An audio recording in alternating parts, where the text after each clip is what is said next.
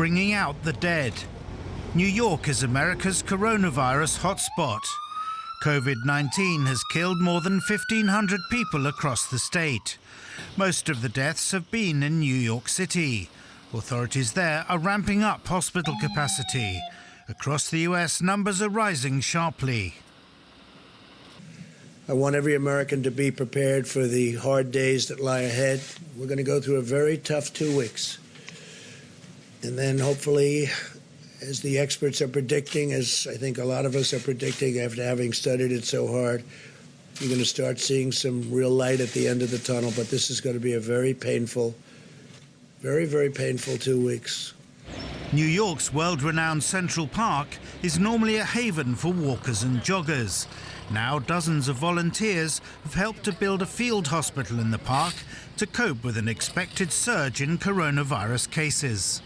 There's hope that people really care. I think you've seen so many New Yorkers come out here and helping, just that ultimately there's hope out there. I think it shows the capacity for our healthcare system to reach out and do whatever it takes to take care of the citizens of the United States.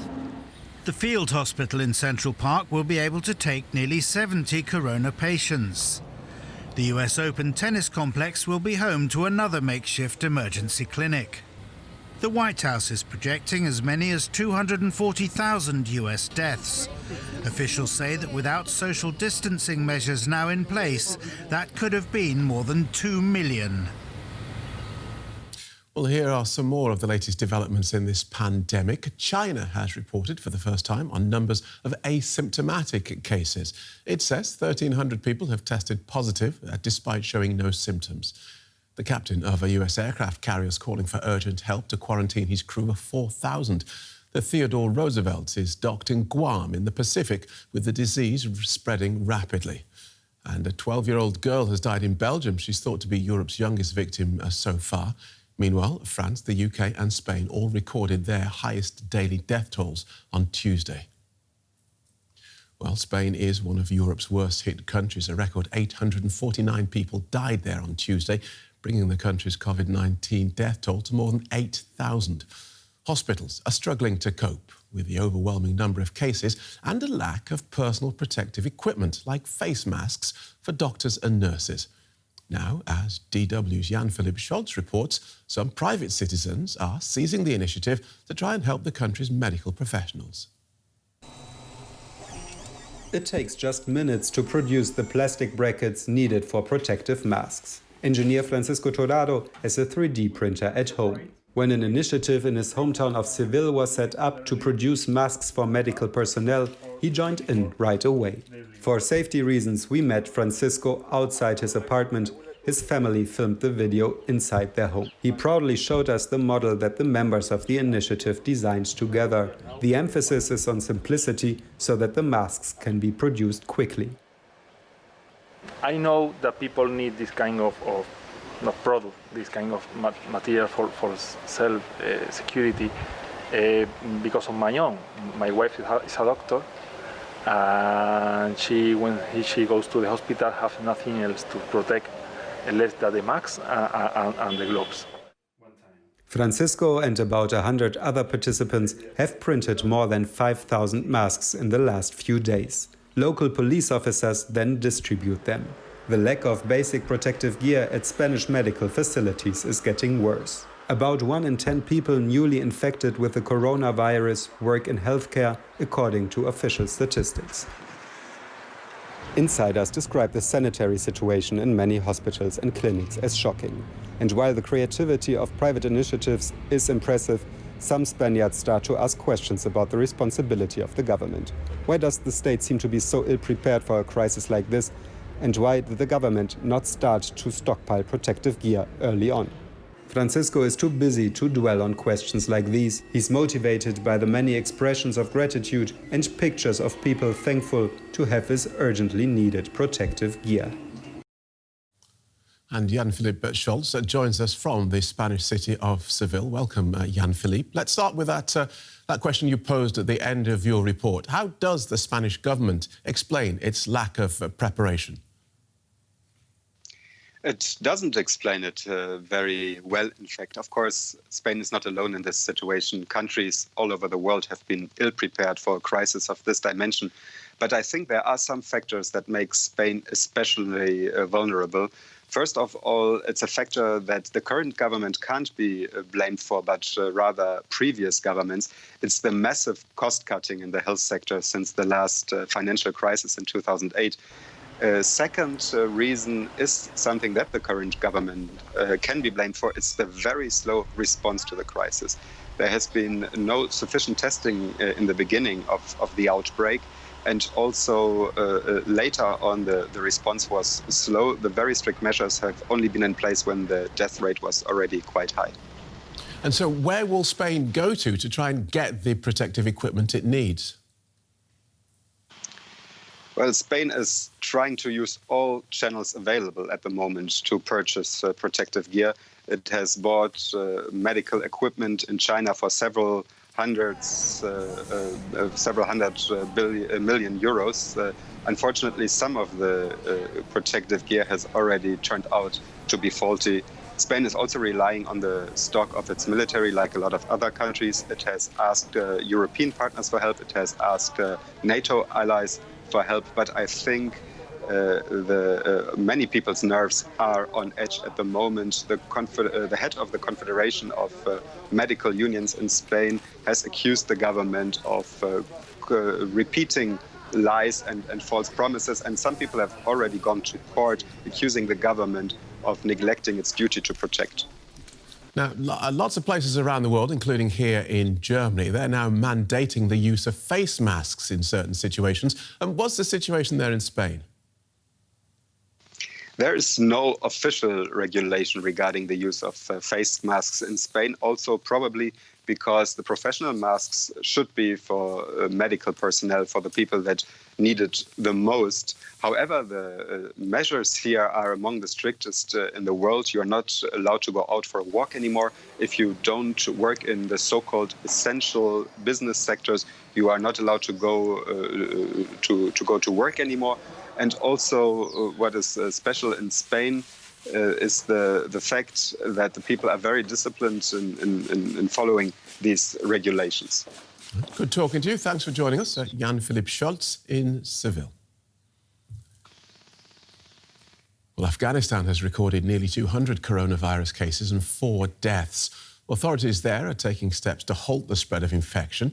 But after years of war, the health system is weak and would be overwhelmed if the number of cases grows as it has in other countries.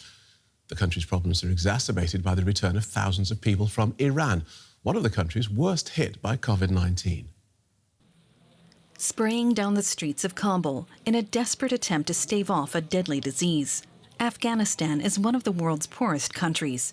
Its healthcare system is no match for a pandemic that's spreading across the globe like wildfire. As the number of coronavirus cases here rises, the government is taking measures to contain the outbreak.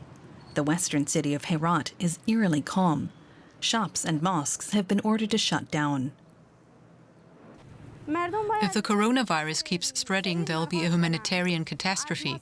The government must take serious measures to help. Like most Afghans, the residents of Herat are poor. The government has ordered the release of hundreds of inmates to prevent crowded jails from becoming infection hotspots. But Afghanistan has bigger worries than its prison population. Millions of Afghans have been displaced during years of conflict. Many have fled to neighboring Iran, one of the countries worst hit by the coronavirus pandemic. Those people are now streaming back in their thousands. All are potential carriers of the disease. The number of Afghan refugees returning has increased massively. They're afraid of the coronavirus in Iran, and they're no longer finding work because of the economic downturn there. The Afghan government is concerned about the huge number of people returning. Among the most vulnerable to the virus is Afghanistan's internally displaced population. Many of them live in sprawling camps on the outskirts of Herat, which is close to the Iranian border. Here, survival is already a daily struggle. Camp residents depend on critical help from overstretched international aid agencies, whose work is now made even more difficult by the global pandemic. So how do you protect refugees during a global pandemic? Jan Egeland is Secretary-General of the Norwegian Refugee Council. Welcome to DW. How dangerous is the coronavirus pandemic for people in displacement camps like the Afghans we saw? Well, it is horribly dangerous because remember, the displaced, the refugees have fled from their homes, from their communities, from their space, from their hospitals that may be bombed, to small confined spaces very often where they thought they were safe. Now these places, camps, settlements, may be traps where the virus will thrive and humans will be very, very vulnerable. So we are, the Norwegian Refugee Council, working very hard in Afghanistan, in Iran, and in 30 other countries. We're trying to provide more hand-washing facilities, more water and sanitation. We're trying to also provide more space for the refugees so they can have some physical distance. And perhaps we will also be able to put up quarantine tents and the like. But it's a race against the clock. We're overwhelmed, we're overstretched. It's interesting, isn't it? The very things that you're trying to provide as aid agencies, water, space, sanitation, those are exactly the things that were missing or being complained about before this pandemic hit. Indeed. So we try to tell refugees, displaced people, to wash their hands all the time, keep a distance, not spread the disease, stay in their own quarters. They tell us, well, if we do not work in the informal sector, we will starve. We have no clean water. How can we wash our hands all the time? And we are 10 people per tent, and the next tent is 2 meters away.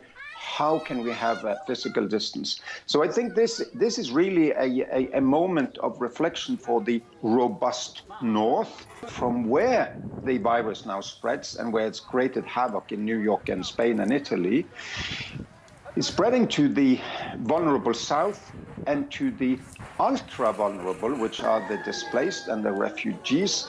There must be solidarity now. There must be more injection of humanitarian aid. OK, so let's...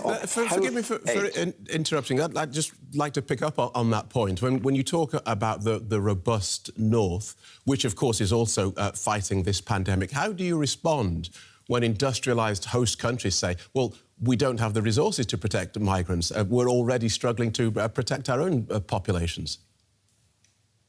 Well, everybody's struggling to protect their own population, and we've all been in quarantine. I was just 2 weeks in quarantine because I came from abroad here to Oslo.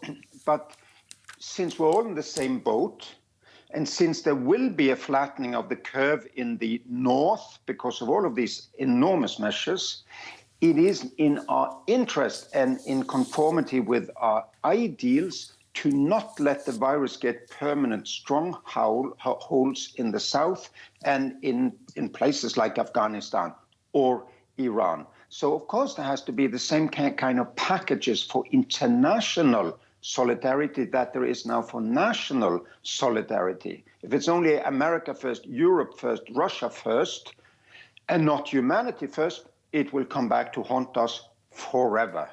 We're begging. Let's look at this as an international effort.